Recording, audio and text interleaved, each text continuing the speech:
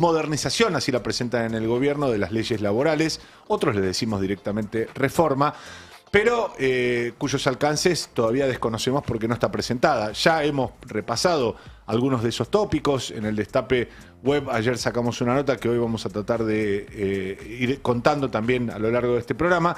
Pero en este momento estamos con un entrevistado que creo va a ser muy interesante para hablar de algunos de estos temas.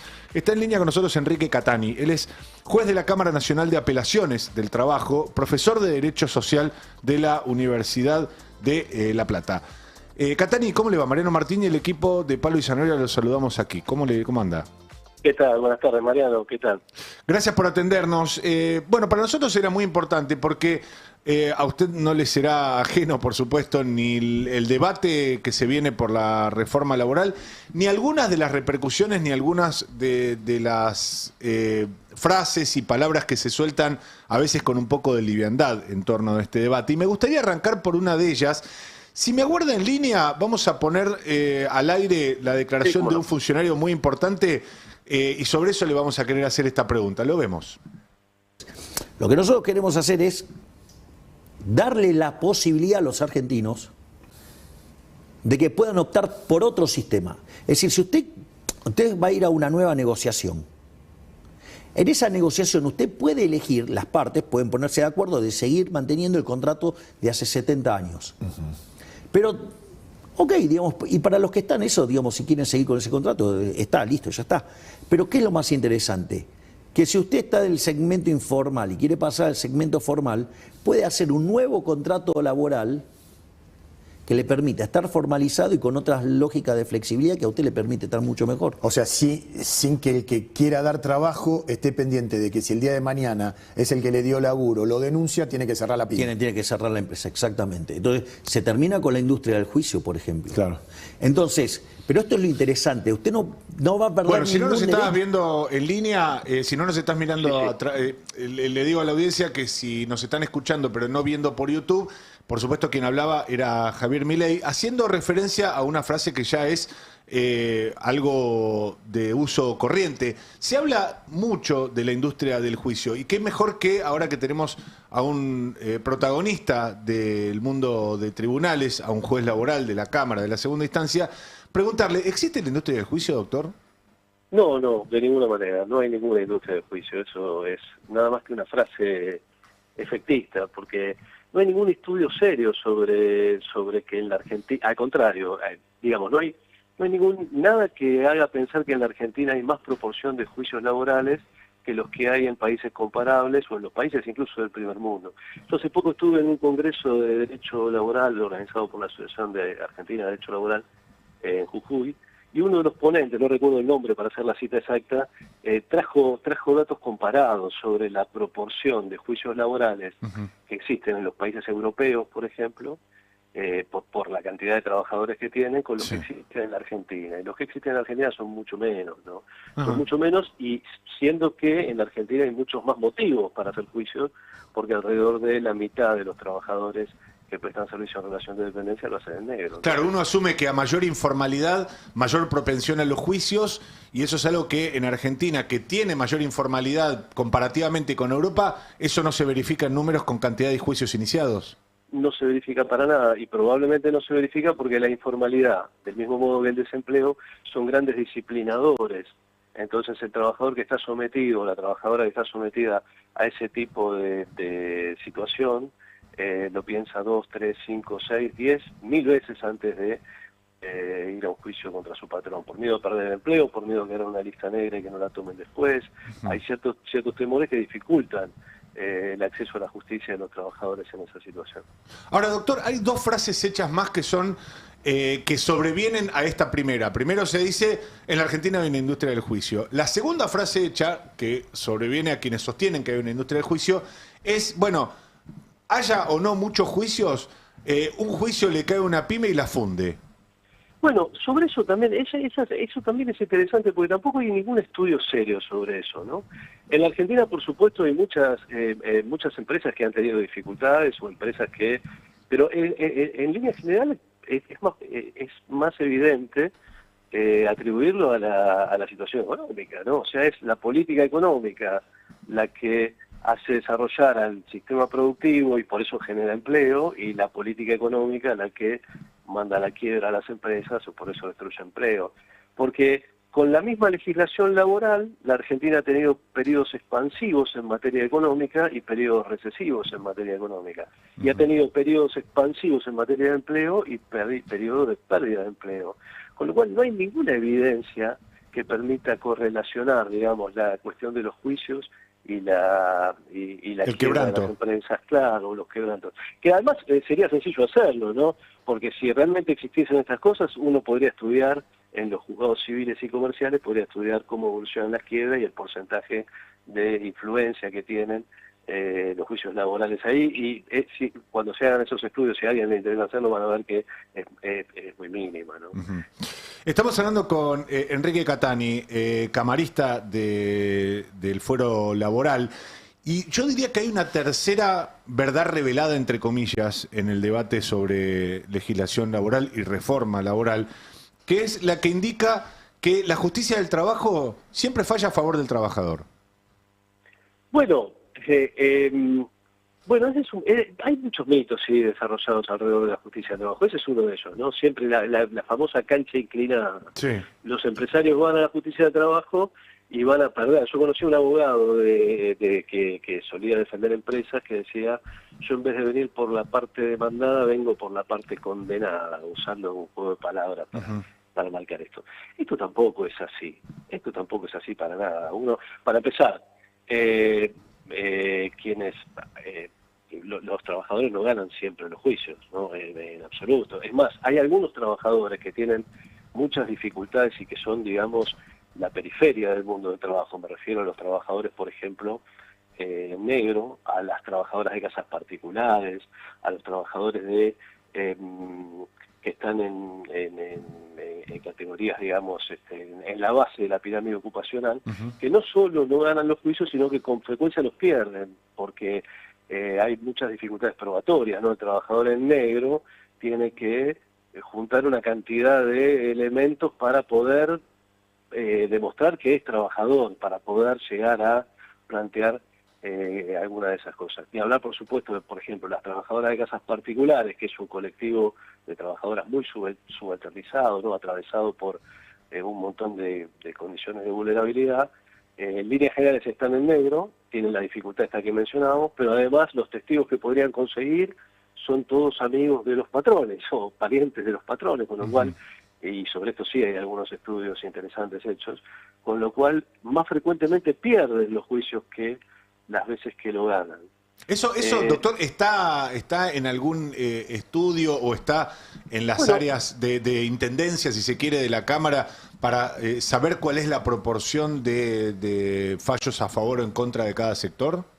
Bueno, es difícil medirlo, ¿no? Y no tengo estadísticas de la Cámara ahora. Es difícil medirlo, porque en líneas generales cuando un trabajador hace un juicio, plantea una serie de reclamos, y el juicio más tradicional, en el juicio promedio, digamos, el trabajador gana algunos de esos reclamos y pierde muchos otros, ¿no? Pero además, con respecto a lo de las trabajadoras de casas particulares, que dije que sí había un estudio, sí, me referí a un estudio académico hecho por la Universidad Nacional de Avellaneda, en donde se estudió en 2 tribunales del trabajo de la localidad de Avellaneda la cantidad y los resultados de los juicios de trabajadoras de casas particulares, lo que tradicionalmente se llamaba servicio doméstico. Sí.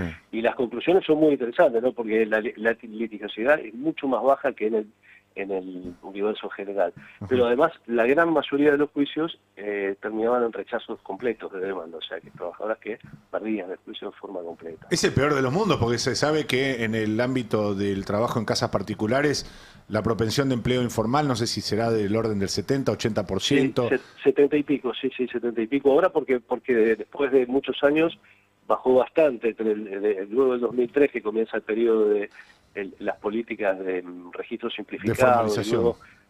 Y luego cuando aparece el nuevo estatuto, se logra bajar del 95 al 70 y pico, a 75 y pico, que es el que está ahora, pero sí, siguen siendo, duplican la proporción de trabajo negro del universo en general. Pero Y además aún así es un mito, quería- y aún así es un mito que gana en los juicios, lo cual Sí, no, sí. no es ningún mensaje. Acá, por favor, siempre el mensaje va a ser: hay que registrar a todo el personal que trabaja en las casas de familia, así como hay que registrar a todos los trabajadores en general. Pero me quedaba también, así como yo le acabo de transmitir al doctor Catani, con él estamos hablando de la Cámara del Trabajo, 3 verdades reveladas, entre comillas, que suelen sostener las cámaras empresarias, y un gobierno como el de Javier Milei, que está impulsando esta reforma laboral en este sentido. Ahora le voy a transmitir una mía, y es casi, le diría, un reproche. Usted sabrá contestarme. No es menos cierto que los juicios laborales llevan, ¿cuánto? Un lustro promedio, 5 años, cuando uno demanda a un empleador por irregularidades, ya sea en la registración o por el tipo de despido o por lo que fuese. En general, nunca pasa menos de 4 o 5 años trajinando en tribunales, con lo cual usted sabrá decirme si es correcta la afirmación, pero incluso no siendo correcta, el tiempo que uno transita ahí no es un placer para nadie, esto de Es así, Mariano. estar es exactamente felices. como lo decís. Es exactamente como lo decís. Eso tiene múltiples causas, pero es algo que nosotros, los que trabajamos en el sistema de justicia, es probablemente el tema que más nos preocupa y sobre el que más nos interesa operar. Ahí, mirá, una cosita que me gustaría, cuando se creó el Foro del Trabajo, el mensaje del presidente que impulsó la creación, era el presidente Perón, cuando impulsa la creación del Foro del Trabajo, él cuenta una anécdota. Dice que lo impulsa porque había conocido un obrero que tuvo que litigar reclamando un salario impago en el fuero civil, y que el juicio le había durado 1 año y medio, y que eso era demasiado, que un obrero no podía esperar 1 año y medio. Bueno, hoy la verdad, en nuestros tribunales, si un juicio dura 1 año y medio, estaríamos Celebrando, ¿no? Es un juicio express, eso. Celebrando, claro. Esto responde, no me quiero sacar el ensayo, pero responde a muchísimas causas sobre las que estamos preocupados y ocupados, ¿no? Algunas, por supuesto, dependen de los que actuamos dentro del sistema judicial, ¿no? Que tienen que ver con cosas nuestras, que tenemos que revisar, prácticas nuestras, ¿no? Y otras con situaciones externas, la falta de cobertura de vacantes, sobre todo en el Foro de Trabajo Nacional, afecta mucho, ¿no?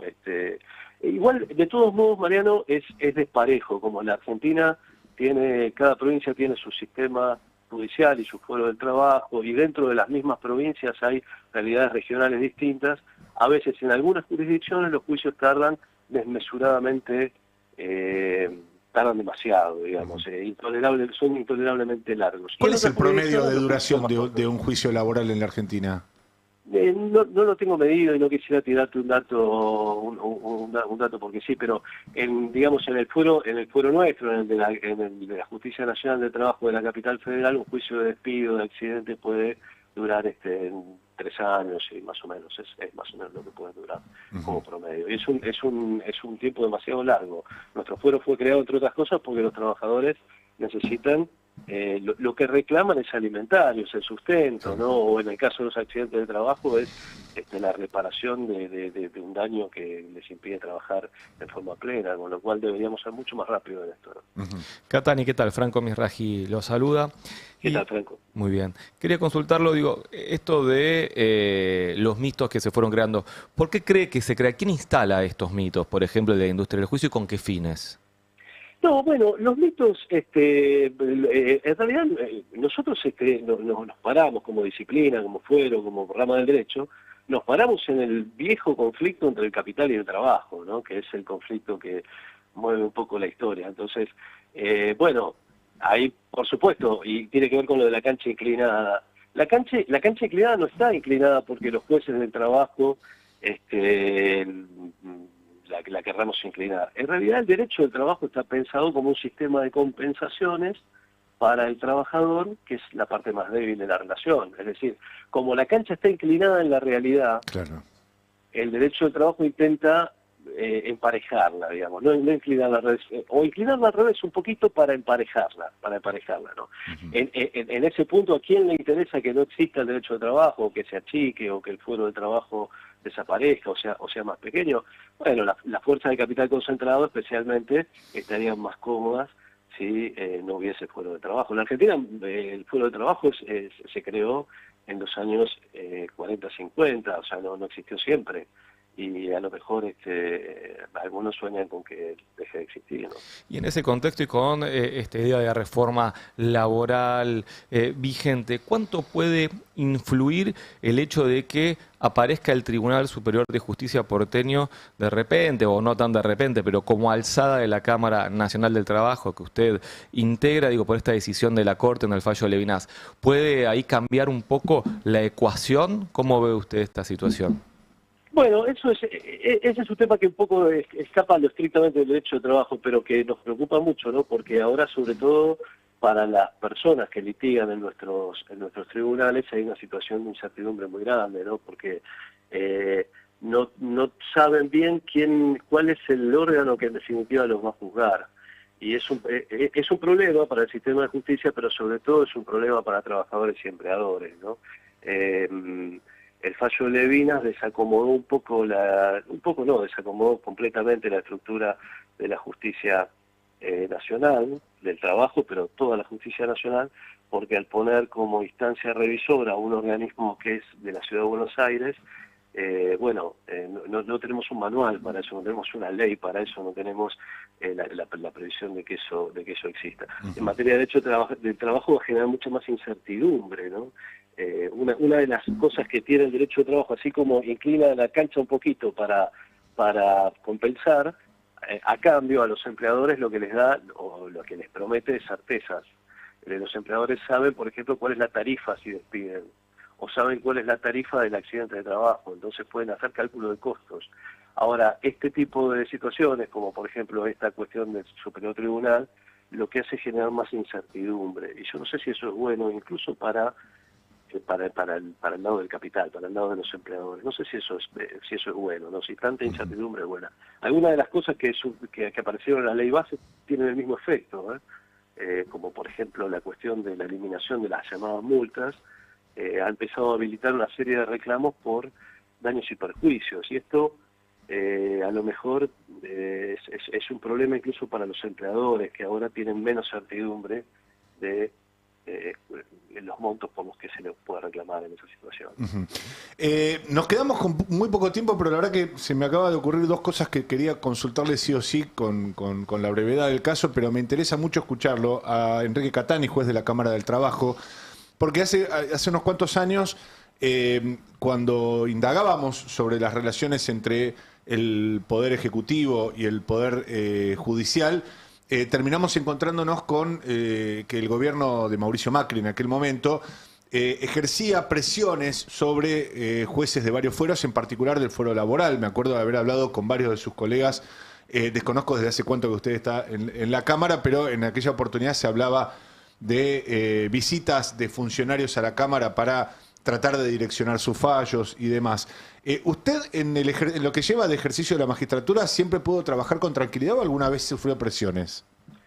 Yo siempre pude trabajar con tranquilidad. Yo no soy de esa época, asumí en el año 2021 en la Cámara, antes era juez en la provincia de Buenos Aires. No obstante, recuerdo, sí, porque eran hechos públicos y además el que era presidente en ese momento los nombraba puntualmente algunos jueces de la Cámara, sí, en una injerencia que era completamente inapropiada, ¿no? Los trataba, hablaba de esto de la industria del juicio, incluso daba un paso más, porque en lugar de decir industria del juicio decía mafia del juicio, lo cual ya lo colocaba en un terreno delictivo completamente injusto e inapropiado. Y algunos jueces o ex jueces ahora de la Cámara Nacional del Trabajo sé que han sido mencionados expresamente, han sufrido ese tipo de presión, han tenido denuncias en el Consejo de la Magistratura. A usted no le tocó, entonces. Catani, no. Y ahora sí lo último.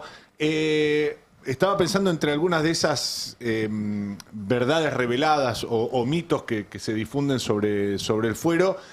Una de ellas establece, y hemos hablado con varios empresarios que la han dicho en público, la han dicho en las entrevistas, que cualquiera va al fuero laboral y además de ganar, durante ese trayecto dicen que hay facilidades para inventar pruebas, para fingir relaciones laborales, para engrosar los tiempos de contratación. ¿Es relativamente sencillo intervenir en ese sentido para un trabajador en un proceso judicial? No, para nada, de ningún modo. Los juicios requieren pruebas, los juicios necesitan una serie de pasos. En materia procesal rige lo que llamamos el principio de igualdad de armas, es decir, el empleador tiene las mismas posibilidades de defenderse, de presentar pruebas que las que tiene el trabajador. Yo no lo veo para nada sencillo. Por supuesto, puede haber algún caso donde haya un testigo que miente, puede ser, no es sencillo que eso pase porque existen ciertas prevenciones en los códigos procesales que tienden a evitar que eso suceda. Por supuesto, son mejores en ese punto, si me permitís, los procedimientos orales, ¿no? Yo trabajé muchos años como juez en la provincia de Buenos Aires, en donde el procedimiento es oral, y esto garantiza más todavía que no se pueda colar un falso testimonio en algún punto, ¿no? Claro. Pero de todas maneras no es algo sencillo, esto de inventar, de acrecentar, de engrosar, no es algo sencillo para nada, en absoluto, para nada. Doctor, le agradecemos muchísimo. Creo que fue muy útil y muy ilustrativo para quienes nos escuchan y para quienes hacemos este programa. Gracias por estos minutos con nosotros. Bueno, gracias a ustedes. Enrique Catani, juez de la Cámara Nacional de Apelaciones del Trabajo. Él también es profesor de Derecho Social de la Universidad Nacional de La Plata.